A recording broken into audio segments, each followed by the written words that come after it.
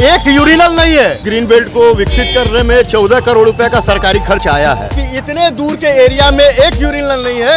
ये green belt पर लोग बाथरूम करते हैं। नगर निगम ने विश्वासघात क्यों किया? तो ये अधिकारी सरकार को बदनाम करने की साजिश कर रहे हैं। ये गरीबों पर जिस तरह से पूरे पटना शहर में फुटपाथ दुकानदारों पर नगर निगम का हथौड़ा चल रहा है। फुटपाथ पे ये हरियाली बन रहा है तो पब्लिक चलेगा कहाँ? रोड पे। जितने भी अधिकारी जब बाहर से घूम के आते हैं तभी इनका दिमाग घूमता है। हॉकर्स भी पटना नगर निगम के द्वारा यहाँ बसाए गए। लोगों को जो असुविधा हो रही है वो आने वाले समय में कहीं न कहीं लोगों का जो सब्र है वो टूटेगा।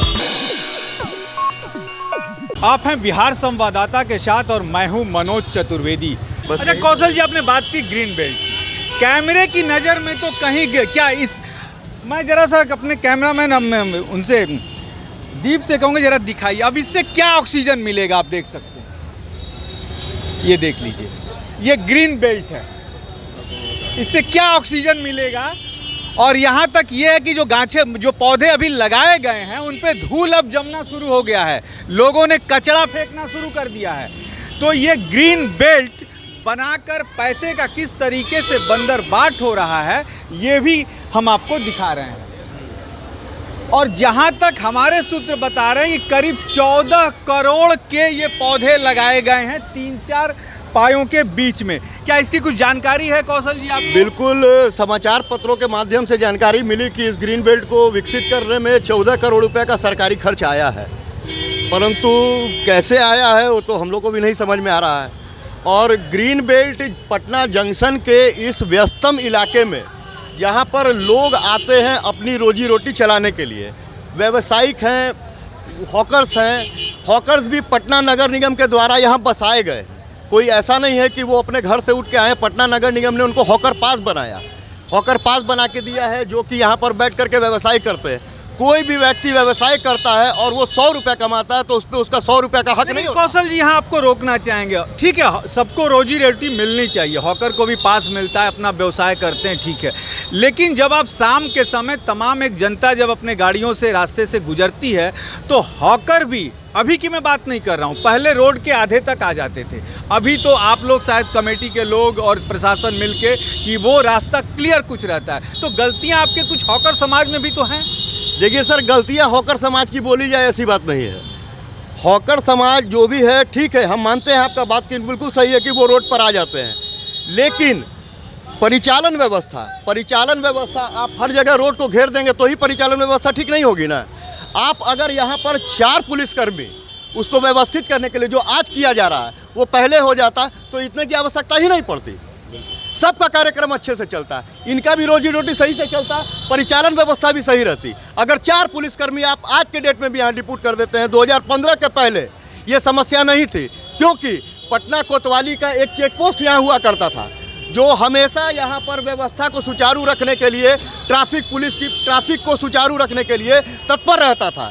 हम लोगों ने एक बार नहीं अनेकों बार उसके बाद भी कोतवाली से बोला कि एक चेक पोस्ट फिर यहाँ बना दिया जाए। बैद्यनाथ गली ये है, यहाँ पर एक चेक पोस्ट हुआ करता था जिससे ट्रैफिक व्यवस्था भी सही रहती थी और हॉकर समाज भी बिल्कुल सही रहता था। क्यों हटा दिया गया वो आला अधिकारी जाने। सबसे बड़ी बात, कितनी असुविधा अब होगी आप लोगों को।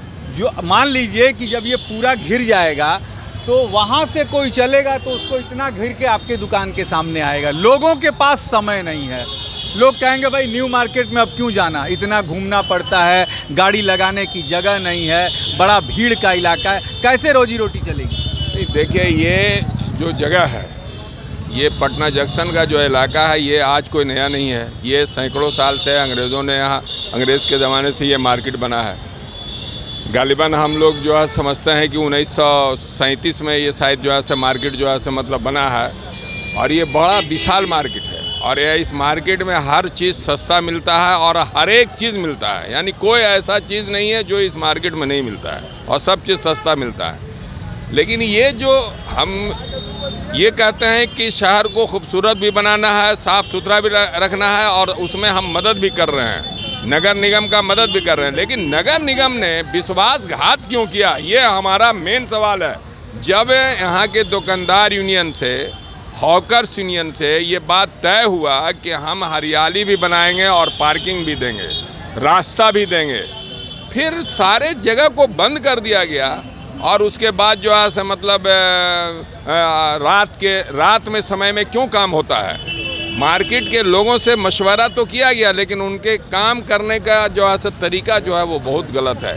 इसमें या तो दो बातें हैं, एक बात या तो सरकार की मिली भगत है, और नहीं तो ये अधिकारी सरकार को बदनाम करने की साजिश कर रहे हैं। इसलिए साजिश कर रहे हैं कि ये माइनॉरिटी का एक इलाका है, ये यहाँ पर जो है दोनों तबके के लोग हैं। माइनॉरिटी के लोग ज़्यादा फुटपाथ पर हैं, ट्रक स्टैंड से उनको बेमतलब का हटाया गया ट्रक स्टैंड से, जबकि गरीब गुरबा उसमें हैं, गाड़ी टांगने वाले तमाम लोग या काटने वाले तमाम लोग जो है मतलब काम कर रहे थे, उनको हटा करके झूठो वहाँ पर रखा गया। हॉकर्स के बारे में बार बार हमने लिखा था कि एक लाइन में हम रहना चाहते हैं, लेकिन कोई सुन नहीं रहा था। पुलिस प्रशासन, ट्रैफिक पुलिस खुद आप माइनॉरिटी की आपने बात की और आपने ये भी कहा कि अधिकारी सरकार को बदनाम करना चाहते हैं। सरकार में इस समय जो लोग हैं, जो महागठबंधन की सरकार चल रही है, वो तो आप लोगों पर ज्यादा ध्यान देती है। नहीं, लालू यादव का एम और वाई फैक्टर ही रहा, फिर आप कैसे सरकार को दोष? नहीं, बिल्कुल मैं सरकार को दोष नहीं दे रहा हूँ। सरकार को हमने बनाया है, सरकार हमारे ही वोट से जो है सरकार बनती है। महागठबंधन को ही हम लोग वोट करते हैं, हम ही नहीं करते हैं। यहाँ के दलित, ओबीसी और जो भी पिछड़े वर्ग के लोग हैं, तमाम लोग जो है मतलब वोट करके और इनकी सरकार बनाई है। लेकिन इसका मतलब ये तो नहीं है कि गरीबों पर जिस तरह से पूरे पटना शहर में फुटपाथ दुकानदारों पर नगर निगम का हथौड़ा चल रहा है, ये एकदम निंदनीय है। क्या ये आप यूनियन के अध्यक्ष भी हैं, क्या ये हथौड़ा इसलिए चल रहा है कि महागठबंधन में कोई दूसरी सरकार है और नगर निगम में कोई दूसरी पार्टी बैठी है? कहीं ये भी तो नहीं मामला है?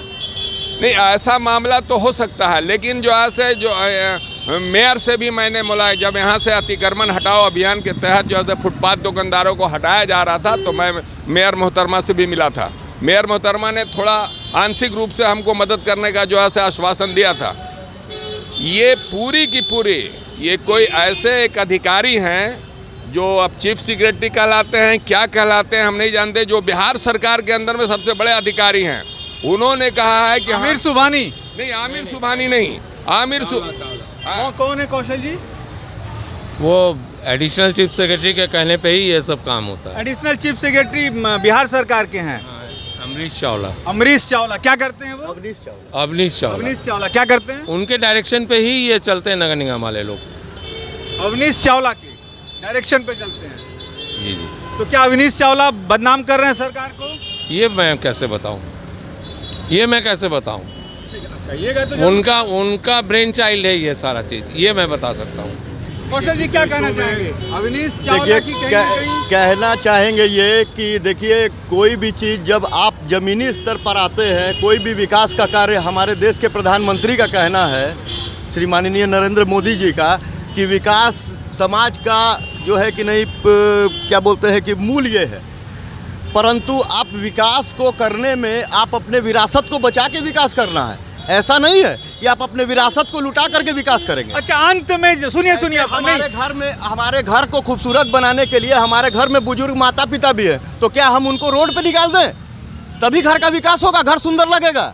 ऐसा तो नहीं होता। बात खत्म कर दिए। आप देखिए वहाँ गार्डिनर रोड में फुटपाथ पे ये हरियाली बन रहा है, तो पब्लिक चलेगा कहाँ? रोड पे।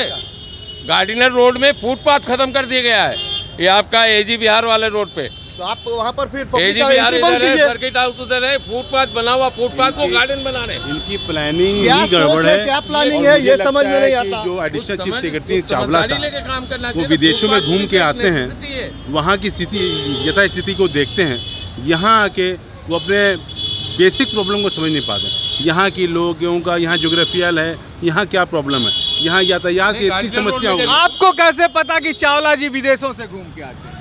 सर ऐसा है कि ये इस तरह जितने भी अधिकारी जब बाहर से घूम के आते हैं, तभी इनका दिमाग घूमता है। क्या कहेंगे कौशल जी? मेरे को इस बारे में कोई जानकारी नहीं है, लेकिन चावला सर आते हैं, हमेशा घूमते हैं, वो देखता हूँ मैं। उनका डायरेक्शन भी रहता है, हमेशा उतर के गाड़ी से।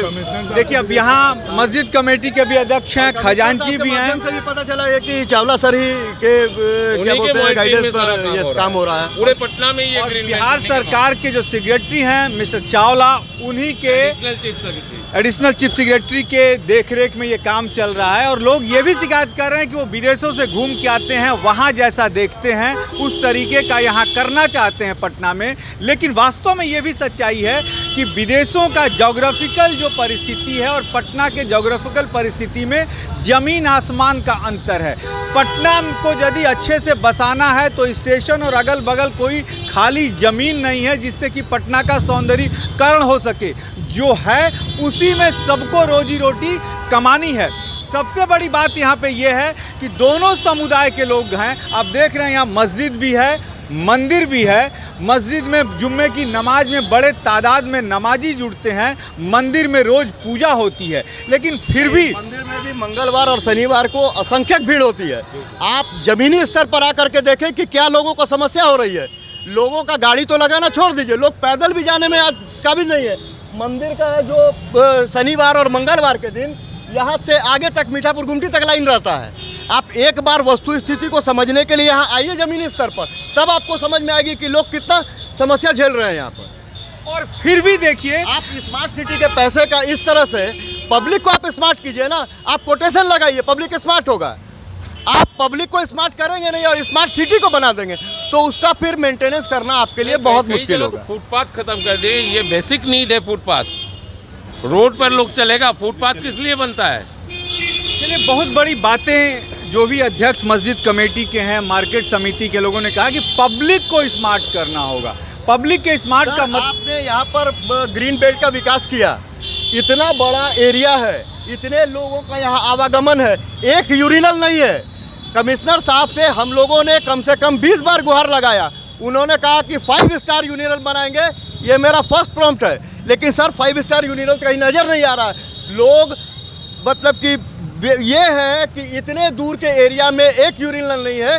ये ग्रीन बेल्ट पर लोग बाथरूम करते हैं, एक भी पार्किंग नहीं है, एक भी पार्किंग नहीं है, जिससे फ्राइडे के दिन, मंगल के दिन और आम तौर पे लोगों को जो असुविधा हो रही है वो आने वाले समय में कहीं ना कहीं लोगों का जो सब्र है वो टूटेगा। आने वाले दिनों में लोगों का सब्र टूटेगा, क्योंकि देखिए वास्तव में ये सच्चाई है कि चलिए पुरुष वर्ग तो कहीं भी यूरिन कर लेगा, लेकिन महिलाओं के लिए कितनी बड़ी परेशानी है। करीब 600 मीटर के दायरे में एक भी यूरिनल नहीं है। लेकिन ग्रिल बेल्ट बनाने के पहले यहाँ के दुकानदारों से लेकर और तमाम जो संस्थाएं हैं उनके लोगों से कहा गया कि हम 5 स्टार यूरिनल बनाएंगे, लेकिन धरातल पर अभी भी कुछ नहीं हुआ है। अब देखना ये होगा कि यहाँ के दुकानदारों का और आने वाली जो जनता है, आने वाले जो लोग, चाहे वो मस्जिद में के नमाजी हों या मंदिर में के पूजा करने वाले लोग हों, जब उनके सब्र का बांध टूटेगा फिर सरकार पर क्या बीतेगी, इस पर भी हमारी नज़र बनी रहेगी। आप बने रहिए हमारे साथ।